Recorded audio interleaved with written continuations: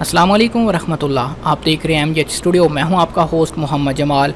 पाकिस्तान की open market से तमाम करेंसीज़ का रेट लेकर आपकी खिदमत में हाज़िर हूं। आज की इस वीडियो के अंदर आपको बताने जा रहा हूं कि इस वक्त 15 सितंबर 2018 को पाकिस्तान की ओपन मार्केट में अमेरिकन डॉलर, सऊदी रियाल, कतरी रियाल और दूसरी मुख्तलिफ करेंसीज़ का क्या रेट चल रहा है। अगर आप भी इस हवाले से बाखबर रहना चाहते हैं तो इस वीडियो को आखिर तक ज़रूर देखिए। अगर अभी तक चैनल को सब्सक्राइब नहीं किया तो चैनल को ज़रूर सब्सक्राइब कीजिए।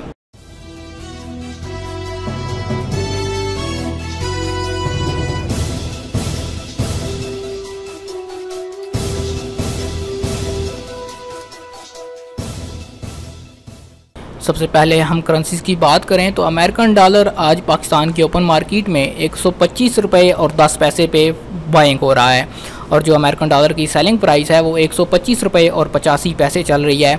यानी आपके पास अमेरिकन डॉलर हैं और आप पाकिस्तानी रुपए में कन्वर्ट करवाना चाहते हैं तो आपको एक डॉलर के 125 रुपये 10 पैसे मिलेंगे और अगर आप पाकिस्तानी रुपए से डॉलर ख़रीदना चाहते हैं तो आपको एक डॉलर के लिए 125 रुपये और 85 पैसे अदा करने होंगे। ऑस्ट्रेलियन डॉलर आज 89 रुपये 25 पैसे बाइंग चल रही है और जो सेलिंग प्राइस है इसकी वो 91 रुपये 50 पैसे चल रही है। बहरीनी दिनार आज 328 रुपये 50 पैसे बाइंग और जो सेलिंग है 330 रुपये 50 पैसे।